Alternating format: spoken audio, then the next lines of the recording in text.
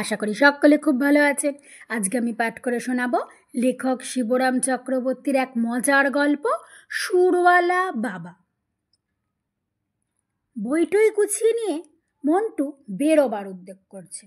এমন সময় দাদামশাই ডেকে বললেন, আজ আর স্কুল যেতে হবে না, সুরওয়ালা বাবা আসছেন, দুপুরে এসে পৌঁছাবেন, তার পেয়েছি।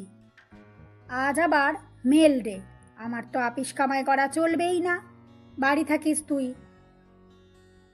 স্কুলে যেতে যে হবে না জেনে মন্টুর ফুর্তি হলো, কিন্তু সে বেশ ভাবনায় গড়ে গেল। সুরওয়ালা বাবা আবার কিরকম বাবা?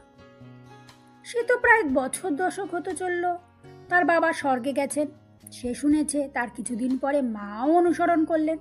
তখন থেকে মন্টু মামা বাড়িতেই মানুষ। এতদিনে সে কোনো প্রকার বাবার সম্বন্ধে কিছুমাত্র উচ্চবাক্য শোনেনি। তবে অকস্মাতে সুরওয়ালা বাবার প্রাদুর্ভাব হলো কোত্থেকে আবার? বইটই রেখে মন্টু বৈঠকখানায় গিয়ে বসলো। মনে মনে বাবার বিষয়ে বৈজ্ঞানিক গবেষণা করতে লাগলো। বাবা তাহলে দুরকম, এক সুর আছে আরেক সুর নেই। তবে সাধারণত বাবাদের সুর থাকে না, যথা নিতু, নীলিম ও ঝঙ্কুর বাবার নেই কো। যে কটি বন্ধুর বাবার সঙ্গে তার চাক্ষুষ ঘটেছে, তাদের কারুরই সুর নেই। মন্টুর মতে বাবাদের সুর না থাকাই বাঞ্ছনীয়। বাবারা যেমন ছেলেদের গাধা হওয়া পছন্দ করে না, বাবাদের হাতি হওয়াটাও তেমনি ছেলেদের রুচিতে বাঁধে। তবে মন্টুর দুর্ভাগ্য, বেচারার বাবা নেই, আর সব বন্ধুর কেমন বাবা আছে।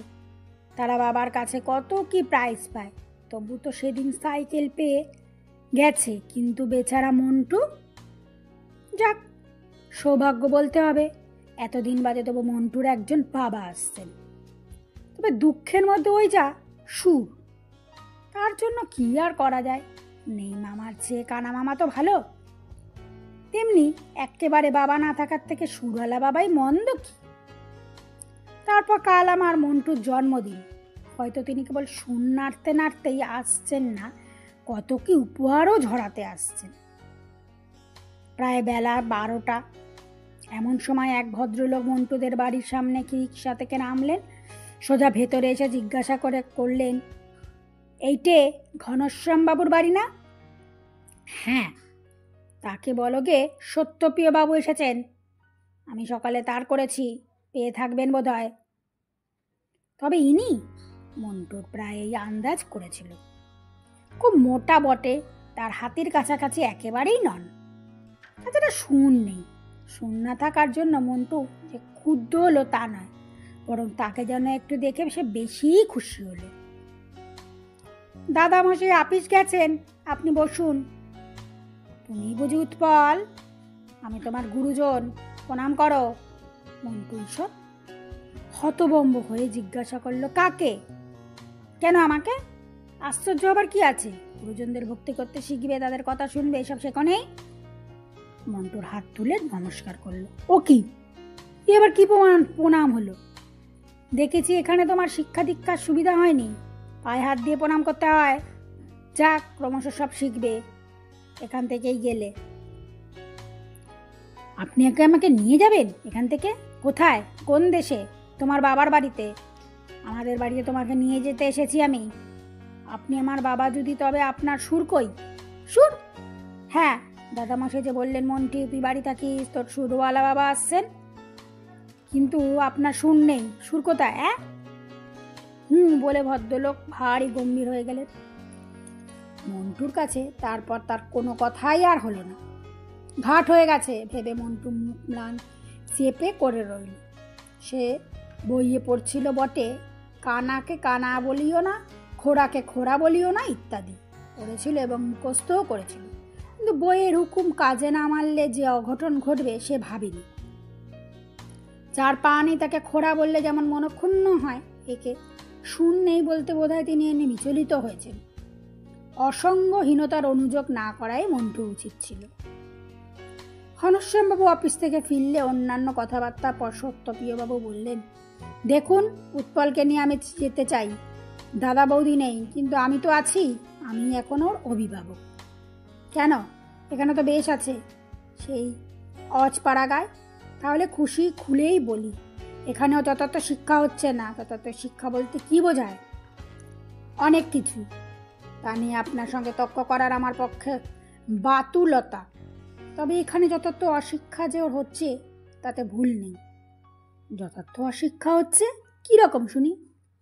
আপনি বলেছেন আমি নাকি সুরওয়ালা বাবা। উৎপল তাই বলেছিল। এত দ্বারা ওকে মিথ্যা কথা শেখানো হচ্ছে। আমি তো ওর বাবা নই, তাছাড়া আমার সুরও নেই। এই কথা তুমি কাকা তো বটে, সুর দিলেই ক হয়, একও বোঝো না বাপু। কিন্তু কিছুতেই সত্যপ্রিয়কে বোঝানো গেল না। পরদিন সকালে মন্টুকে নিয়ে তিনি রওনা হলেন। পথে যেতে যেতে মন্টু যথার্থ শিক্ষা শুরু হয়ে গেল। দেখো উৎপল, আজ আমি তোমাকে 3টি উপদেশ দেব। যদি মানুষ হতে চাও তাহলে 3টি উপদেশ তোমার মূল মন্ত্র হবে, জীবন সর্বদা মেনে চলবে।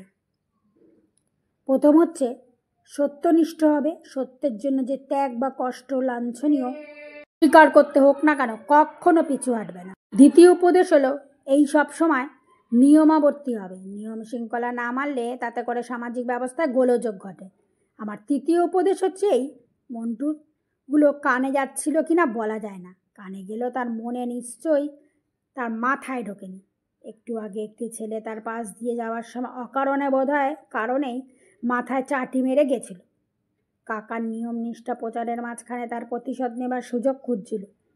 তৃতীয় উপদেশের সূত্রপাতে পথ চলতে ছেলেটা আবার তেমনি পাশে এসছে, অমনি সে তাকে ল্যাং ধরে মেরে ধরাশায়ী করে ফেলল। মন্টু নিজের ক্ষুদ্রবীতি অনুসারে সম্ভবত নিয়ম রক্ষাই করছিল, কিন্তু সত্যপ্রিয় উল্টো বুঝলেন। দেখো, তুমি মাত্র পথে চলার নিয়ম ভঙ্গ করলে।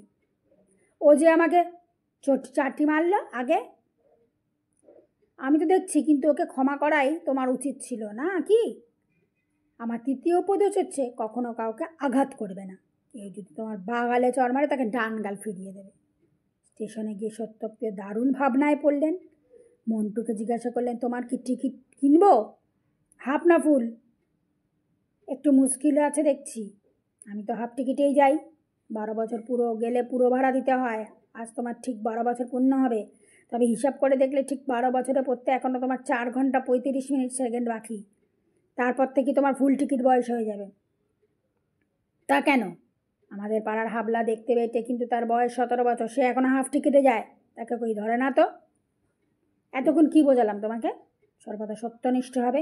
বাক্যে চিনতে আচরণে কাউকে কখনো তোমার 12 বছর পূর্ণ হয়নি এখনও ফুল টিকিট কিনা যেতে পারে, কিন্তু গাড়িতে যেতে পূর্ণ হবে সেটাই ভাবনার কথা। আচ্ছা, তখনকার কথা তখন দেখা যাবে। গাড়িতে উঠে সত্যপ্রিয় একদৃষ্টে হাত ঘড়ির দিকে চেয়ে রইলেন। মন্টু জানলার ফাঁকে বাইরের পৃথিবীর পরিচয় নিতে লাগলেন। যেই না 4 ঘন্টা 35 মিনিট 13 সেকেন্ড গত হওয়া, অমনি সত্যবিবাদে বিপুল দেহ নিয়ে গাড়ির অ্যালার্ম সিগন্যালে শেকল ধরে ঝুলে পড়লেন। ফল হলো ঠিক মঞ্চের মতন। ঝড়ের পূর্বে যে গাড়ি ছুটছিল, গাছপালা দিয়ে ছোটাচ্ছিল, দুধারে দিগন্ত প্রসারিত মাঠের মাঝখানে অকস্মাৎ থেমে গেল। ট্রেনের গার্ড এসে জিজ্ঞাসা করলেন, কে শেকল টেনেছে? সত্যপ্রিয় বুঝে বললেন, দেখুন, এই ছেলেটির 12 বছর এইমাত্র পূর্ণ হলো। এরপর থেকে একে হাফ টিকিটে নিয়ে যেতে পারি না। কোনো স্টেশনে থামলেই ভালো হয়, কিন্তু মাঠের মাঝখানে যে বয়স পূর্ণ হবে তা কি করে জানবো বলুন? অসত্যকে প্রশ্রয় দিলে আমি অক্ষম। তাছাড়া রেল কোম্পানিকে আমি ঠকাতে চাই না। হাফ টিকিট আছে, এখন পুরুলিয়া পর্যন্ত আরেকটা হাফ টিকিট আমি দিন, কিংবা হাফ টিকিটের ভাড়া নিয়ে রসিদ দিন। এর জন্য গাড়ি থামিয়েছেন? আচ্ছা, পরের স্টেশনে দেখা যাবে, তা দেখতে পাবেন, কিন্তু ভাড়া এখানে থেকে ধরতে হবে। পরের স্টেশন থেকে নিলে চলবে না। পরের স্টেশনে গাড়ি থামতেই গার্ড সত্যপ্রিয়কে জানালেন যে তাকে গ্রেপ্তার করা হয়েছে। তিনি আকাশ থেকে বললেন, কেন গ্রেপ্তার কিসের জন্য? দেখছেন না অকারণে শেকল টানলে 50 টাকা জরিমানা, স্পষ্টই লেখা রয়েছে দরজার মাথায়। ওই অকারণে তো টানিনি, সে কথা আদালতে বলবেন। সত্যপ্রিয় কিছুতেই গাড়ি থেকে নামবেন না। সত্যের মর্যাদা রাখবার জন্য যা করা দরকার তা প্রত্যেক সত্যনিষ্ঠ ভদ্রলোককেই করবে। তাই তিনি করেছেন। তিনি তো কোনো নিয়ম লঙ্ঘন করেননি, কারণ গুরুতর কারণ ছিল বলেই শেকল টেনেছেন। কাজেই তিনি গ্রেপ্তার হতে নারাজ। এখন বেশ ওজস্বিনী ভাষায় সবাইকে জানিয়ে দিলেন তিনি নামতে প্রস্তুত নন, অথচ তিনি না নামলে ট্রেনও ছাড়তে পারেন না। অনর্থক ডিটেন হতে হবে ভেবে সত্যপ্রিয় সহযাত্রীরা গার্ডের সাহায্যে অগ্রসর হলেন। মাঠের মাঝখানে গাড়ি থামানোর জন্য তার থেকেই বিরক্ত হয়ে রয়েছেন তারা। সকলে মিলে তাকে ধরে জোর করে নামাতে গেল। টানাটানিতে সত্যপ্রিয় দামি সিল্কের অমন পাঞ্জাবিটা পরে ছিঁড়ে সঙ্গে সঙ্গে তার মেজাজ গেল রুখে। তিনি ধা করে একজন সহযাত্রীর নাকে ঘুষি মেরে বসলেন। তখন সকলে মিলে চাঁদা করে তাকে ইতস্তত মারতে শুরু করে দিল। কদাচ কাহাকে আঘাত করিও না, জীবনের এই মূলমন্ত্র তিনি ভুলে গেছেন। তবে বা কপাল মার খাবার পর ডান গালে তিনি বাড়িয়ে দিচ্ছেন বটে, কিন্তু সেটা বোধহয় তার বাধ্য হয়ে এবং অনিচ্ছা সত্ত্বে, কেননা আক্রমণ থেকে এক গাল বাঁচাতে গিয়ে অন্য গাল বিপন্ন হচ্ছিল।